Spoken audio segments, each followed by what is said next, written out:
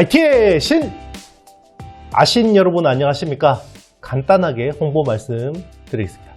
국위 실전 투자 스터디 수강생을 모집하고 있습니다.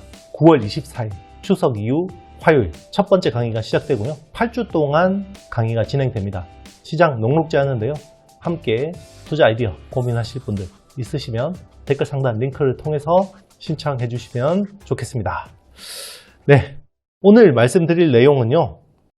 파운드리 내용입니다. 네. 파운드리는 이번에도 TSMC의 압도적인 경쟁력은 여실히 드러났습니다. 계속해서 가격을 인상을 하고 있고요. 가격을 인상하는 것은 결국 선단 공정에서 독점 확인한 거죠.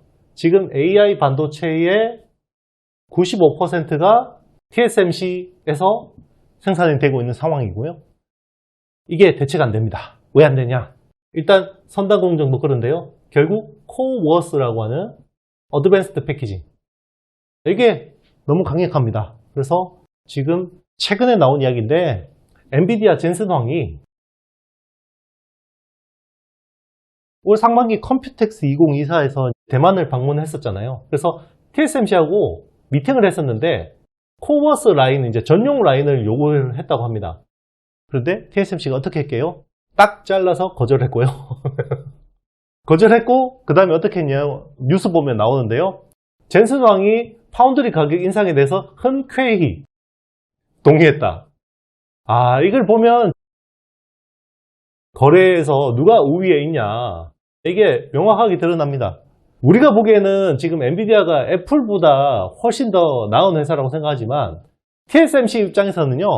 애플이 엔비디아보다 훨씬 좋은 고객입니다. 우량 고객입니다. 왜 그러냐면 애플은 사실 공정 개발을 거의 같이 합니다. 공동으로 거의 같이 개발하고요. 특히나 이제 선단 공정할 때는 마찬가지죠. 3나노 같은 경우도 제일 먼저 애플이 적용하고 이걸 가지고 개발하고 바로 사줍니다. 그 팹을, 그죠? 네, 팹을 써주는 거죠. 그러니까 수요도 안정적이죠. 근데 엔비디아도 이제 지금은 비중으로는 애플 못지않은 중요한 고객이 됐지만 아직까지 이 정도 공동 개발할 정도는 아니니까 딱 잘라서 거절했죠. 그래서 지금 TSMC는 여전히 AI 밸류 체인에서 강력한 힘을 지금 발휘하고 있고요. 굉장히 어떻게 보면 엔비디아보다 더 견조한 흐름을 보이고 있다고 볼 수 있죠. 그리고 빅테크들의 자체 설계 칩들도 다 어디로 옵니까? 결국 TSMC로 갑니다. 지금 이런 상황이고요. 영원한 2등 삼성 파운드리 보겠습니다. 사실 마켓시어가 10%대 초반이죠. 1등이 TSMC 1등인데 1등이 60%가 넘죠. 거의 뭐 6배 차이 나는 1등하고 2등. 그럼에도 불구하고 탑2로서의 위치는 공고하다. 왜? 5나노 이하의 선단 공정을 전 세계에서 할 수 있는 유일한 회사입니다. 그렇기 때문에 항상 TSMC의 대안이 될 수 있고요. TSMC의 대안이 되려면 결국 세 가지가 필요하죠. 선단 공정. 선단 공정은 3나노 게이트 올 어라운드. 수율을 잡아야 되고요. 수율을 잡아서 고객을 확보를 해야 됩니다. 고객 확보를 해야 되죠. 그리고 어드밴스드 패키징입니다. 결국 TSMC 코어스를 대체를 해야 돼요. 어떻게? iCube 가지고 대체를 해야 됩니다. 쉽지 않죠. 세 번째가 결국 HBM입니다. HBM3E, HBM4 중요합니다. 지금 DS 부문장이 바뀌었죠. 부문장인 전영현 부회장은 여기에 일단은 선택과 집중을 하자라고 생각을 하는 것 같습니다. 세 개 다 중요하죠. 세 개 다 중요한데 일단은 여기 SK 하이닉스부터 잡자. 이게 뭐 단순히 자존심 싸움이라고 생각하실 수도 있는데요. 굉장히 현실적인 판단일 수도 있습니다. 왜 그러냐면요. 선단 공정하고 어드밴스드 패키징은 당장 돈을 못 벌어요. 수익이 안 납니다. 그럼 어떡하죠? 디램하고 랜드에서 돈을 벌어야 되는데요. 자, 지금 SK 하이닉스가 여기 팔아가지고 50% 이상의 마진율을 내고 있죠. 네. 그러니까 삼성도 본진이 털리면 안 돼요. 물론 여기서 돈을 충분히 벌 수 있지만 이 고부가 시장 스페셜티 메모리 시장 뜨는 본진에서 털리면 안 된다는 거죠.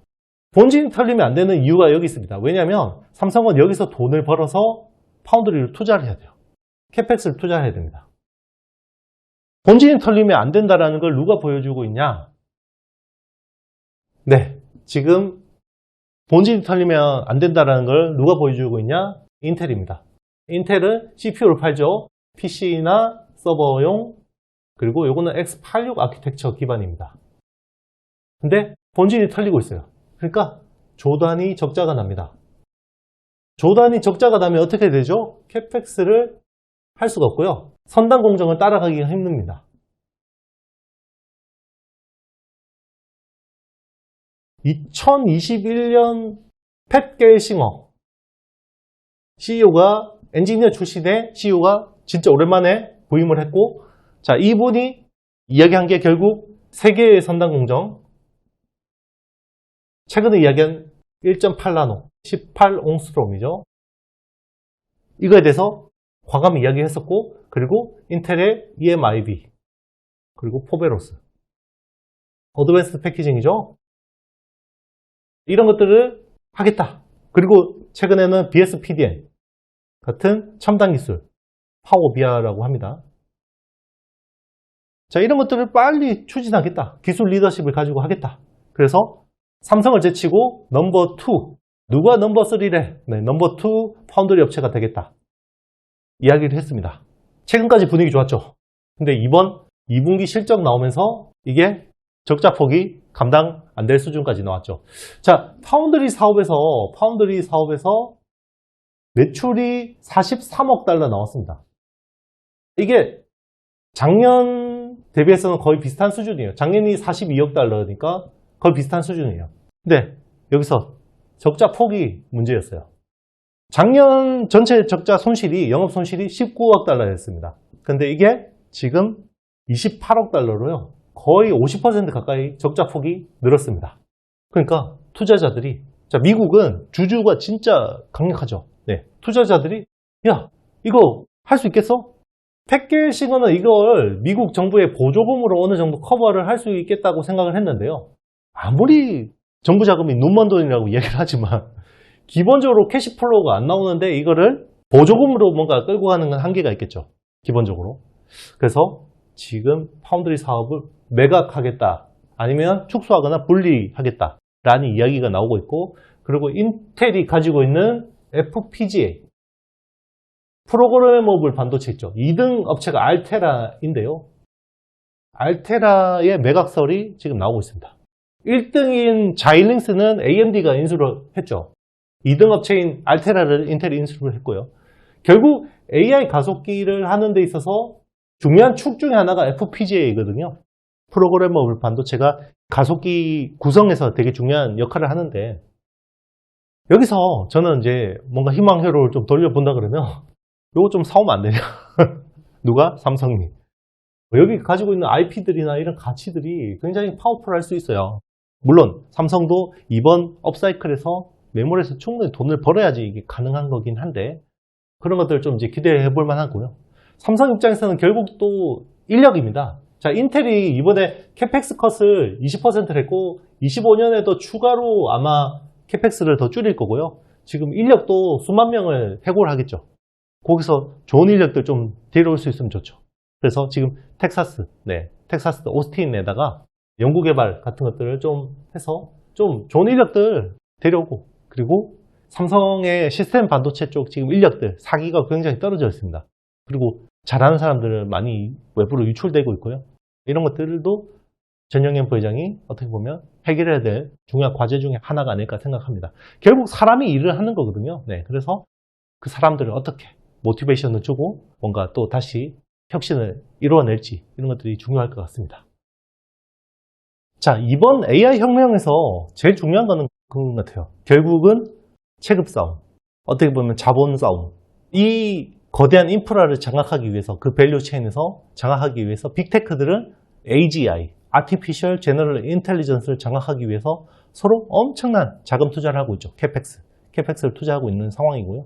여기서 위너가 되기 위해서 엄청난 돈을 투자를 하고 있고, 그 밑에 보면 파운드리 쪽에서는 TSMC를 잡기 위해서 따라가야 되는데 TSMC의 연간 캐펙스는 거의 320억 달러 수준입니다. 우리나라 돈으로 거의 40조 원에 육박하죠.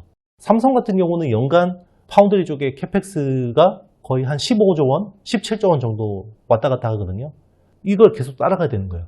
이거 뱁새가 황새 따라가다가 인텔이 이제 가랑이가 찢어진 거고요. 삼성은 여기서 메모리에서 돈을 더 많이 벌어야 돼요. 돈을 많이 벌어서 파운드리에 투자를 해야 됩니다. 물론 디램 쪽도 투자를 해야 되죠.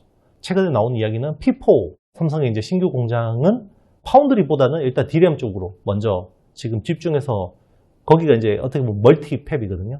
여러 가지 제품들을 할 수 있는 하이브리드 형태의 팹인데 거기는 이제 디램 우선. 자, 지금 본진 털리면 안 된다. 일단 급한 불부터 끄자. 그리고 여기서 안정화해서 돈을 번 다음에 파운드리로 뭔가 나아가자. 이런 생각인 것 같습니다.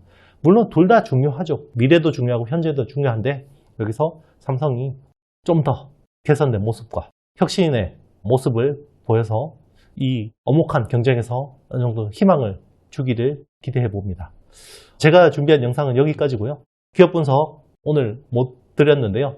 다음 영상에서는 기업 분석도 열심히 해서 가져오도록 하겠습니다. 요즘에 제가 수많은 페이퍼들 보고 데이터들 보는데 참 여러분들한테 설명드릴 회사가 별로 없습니다.